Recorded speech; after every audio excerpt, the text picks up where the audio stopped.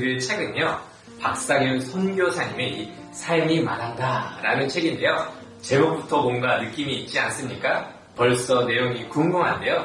하나님께 절망을 드리는 것을 최고의 인생의 가치로 여기고 살아가는 사람으로 불리우는 이 책의 저자인 박상현 선교사님을 모셔서 말씀을 나눠보도록 하겠습니다.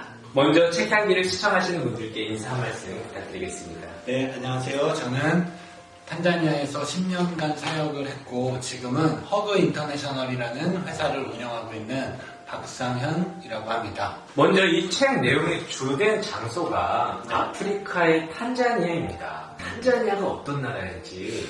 탄자니아는 아마 얘기 들으면 그렇게 생소하진 않으실 거예요. 왜냐면은 킬리만자로라는 아프리카에서 가장 높은 산에 있고 세렝게티. 그렇군요. 세렝게티가 네. 탄자니아에 있고요.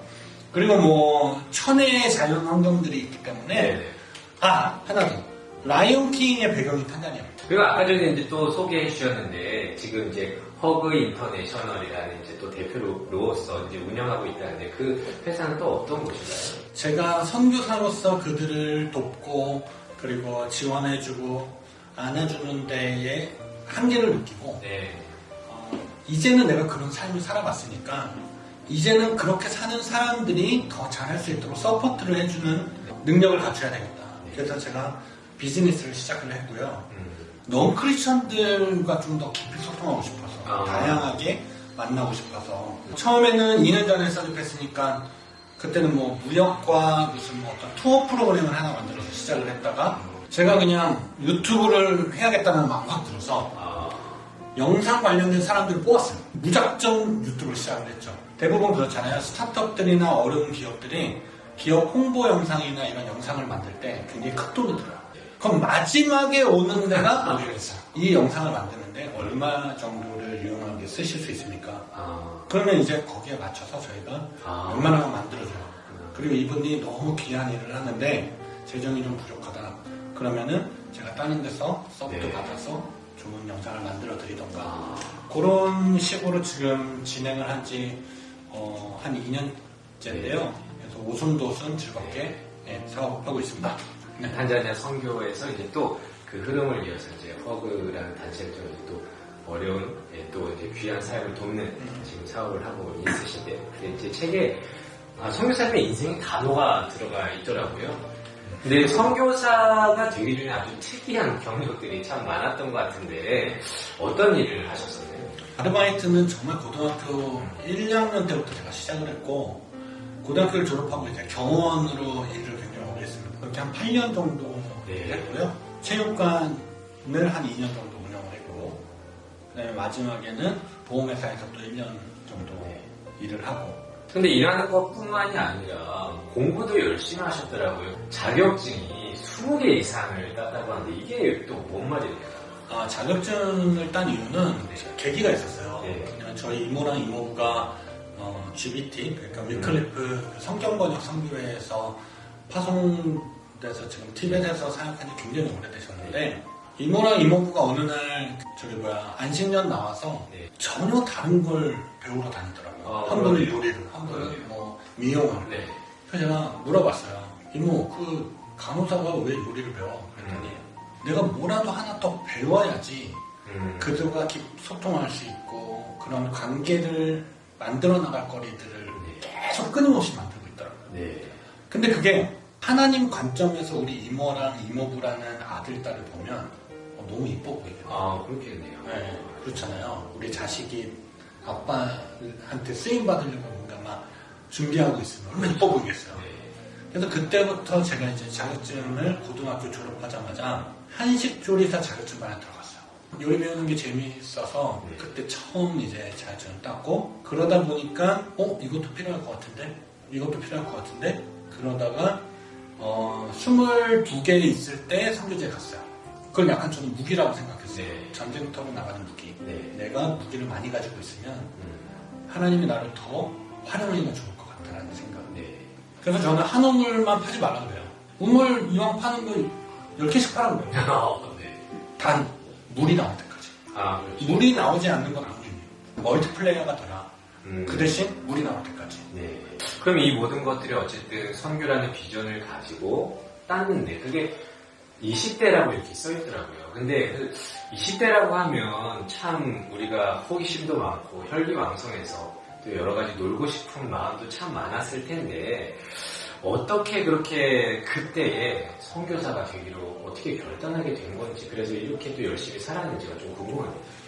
선교사에 대한 결단은 제가 중학교 때 결단을 했고요. 네.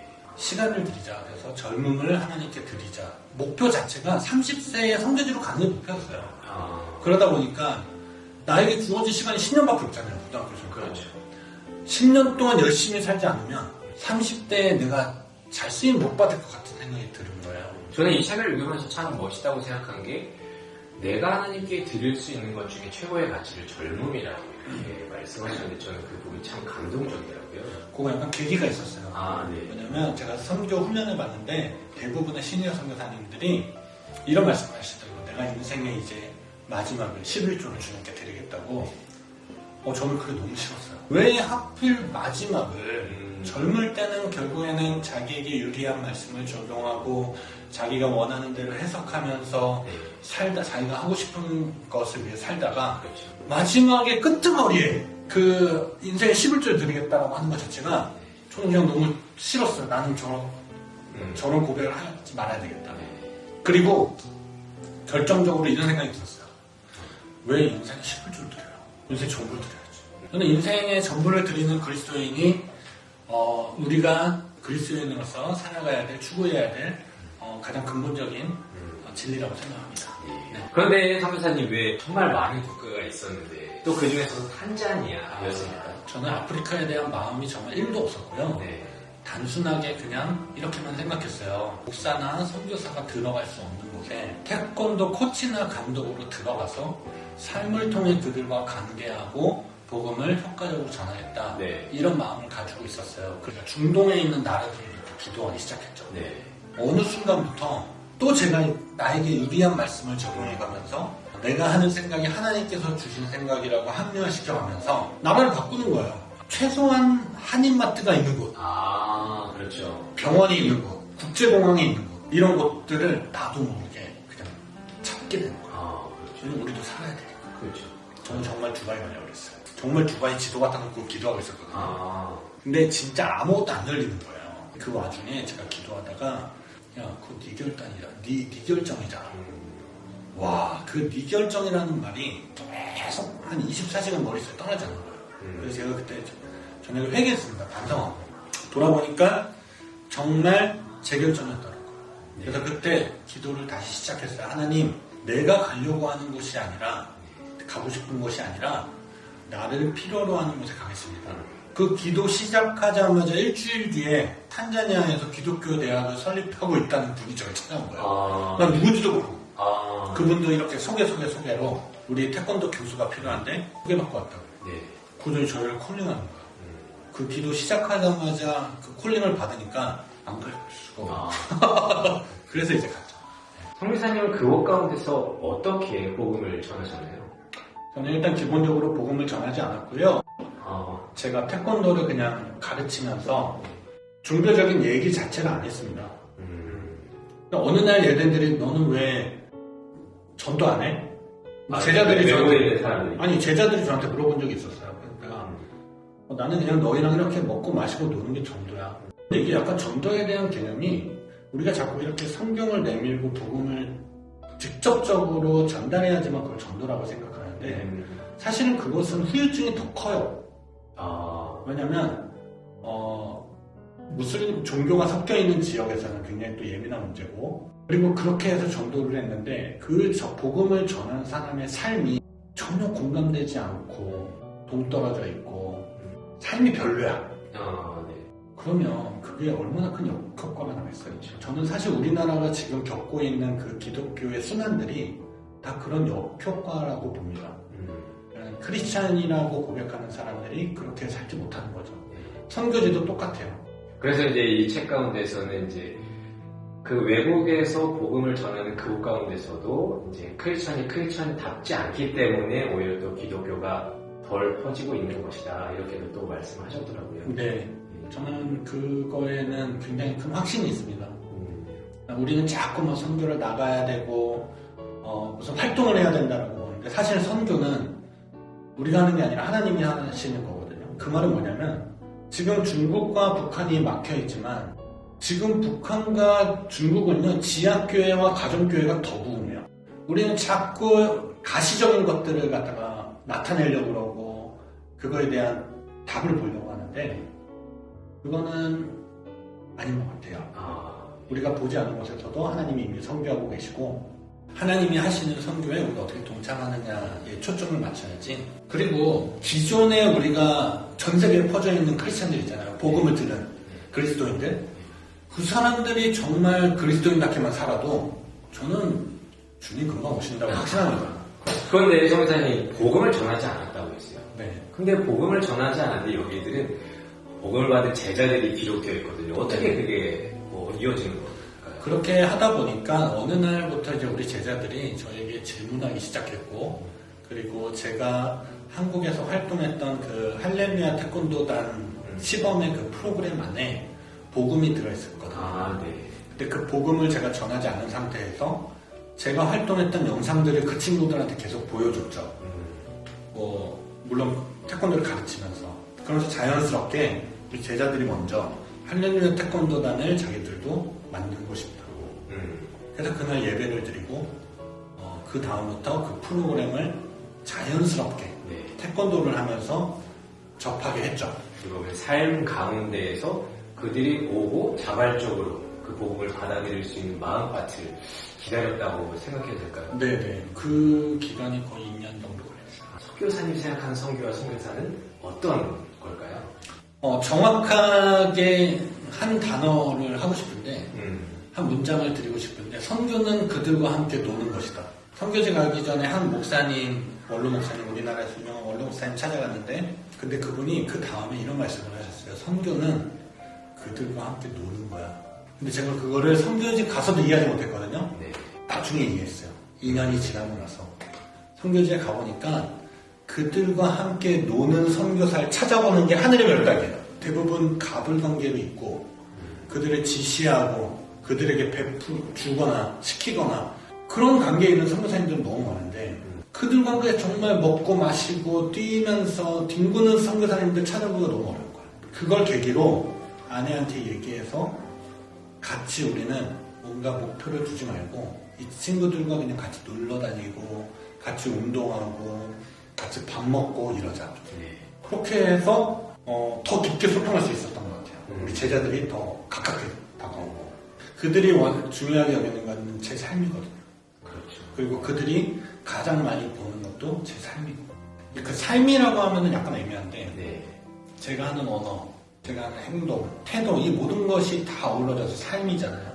저는 그런 것들이 너무 중요하다고 봐요. 그런데 지금 말씀하시는 거 보면 이 탄자니아가 너무 또 행복했던 또 선교 생활이었을 것 같지만 책 속에 보면 또 그렇게 행복했던 것만은 아닌 것 같아요. 또 어려움이 많이 있었더라고요. 네. 강도도 당했었고 말라리아도 제가 5번 걸렸으니까 그리고 장테푸스도 걸렸었고 그렇죠. 근데 저는 이렇게 생각해요. 우리 모든 사람들의 인생에 희노애락이 있잖아요. 탄자니아에서 너무 좋게 즐겁게 누렸던 것 있는 반면에 힘들었던 건 당연히 있죠. 근데 그렇다고 제가 한국에 오면 그런 게 없을까요? 있죠. 똑같아요. 저는 그냥 어딜 가도 힘들고 어딜 가도 즐거울 수 있고 어딜 가도 기쁠 수 있고 근데 사실 제가 탄자니아에서 10년 동안 뭘 느꼈냐면 솔직히 말씀드려서 한국에 있는 사람들이 더 힘들어 보였어요. 그래서 이 책을 보면요 여러 많은 간증들이 있는데 다 소개는 못 해드리고요.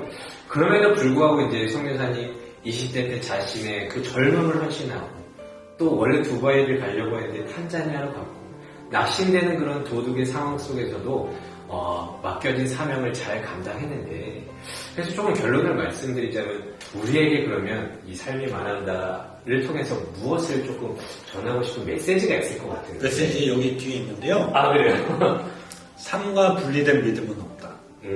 복음은 전하는 사람의 삶이 증거한다. 저는 이게 정답인 것 같아요.